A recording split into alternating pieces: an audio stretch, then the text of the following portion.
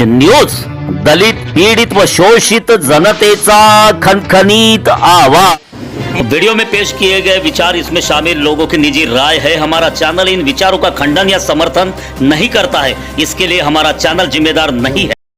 मी सुद्धा आपल्या माध्यमातून पोलीस विभागाला आणि राज्याच्या गृह खात्याला विनंती करतो आणि भंडारा शहरातील पोलिसांना विनंती करतो की त्यांनी जे वक्तव्य केले आहे म्हणजे एखाद्याच्या प्रायव्हेट लाईफमध्ये लक्ष देण्याच्या, त्यावर त्याची पोलीस स्टेशनमध्ये नोंद घेतली पाहिजे होती।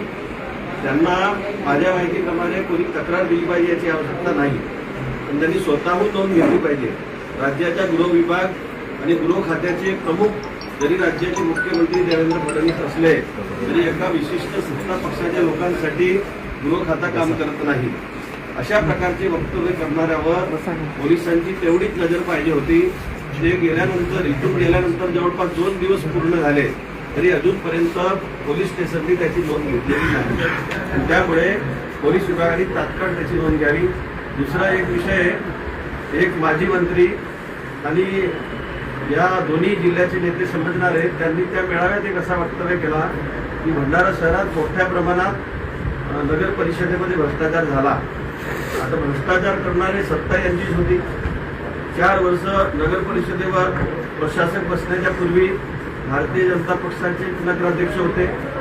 4 वर्षानंतर म्हणजे प्रशासकांच्या काळामध्ये सरकारचाच कंट्रोल होता आणि या महाराष्ट्रामध्ये 3 पक्षाची महायुतीची सरकार गेल्या 4 वर्षापासून असल्यामुळे सरकारचाच कंट्रोल नगर परिषदेवर होता।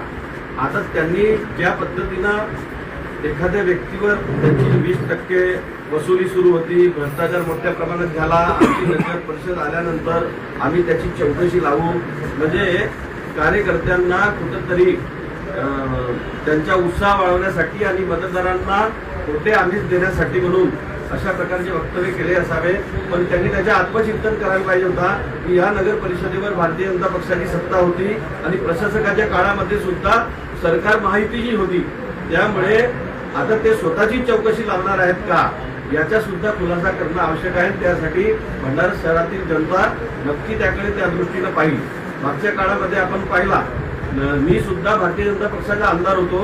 भंडारा, पवनी आणि तुमसर नगर परिषदेमध्ये जेव्हा चंद्रशेखर बावनकुळे त्या काळात ऊर्जा मंत्री आणि या जिल्ह्याचे पालकमंत्री होते, तेव्हा त्यांनी भंडाऱ्याच्या सभेतही बोलले होते आणि तुमसरच्याही सभेमध्ये बोलले होते की जे लोंबकळत असलेले तार आहेत शहरामध्ये, आमची सत्ता आल्यानंतर नगर परिषदमध्ये सगळे आम्ही अंडरग्राऊंड वायर लावू, कोणतेही केबल वर दिसणार नाही।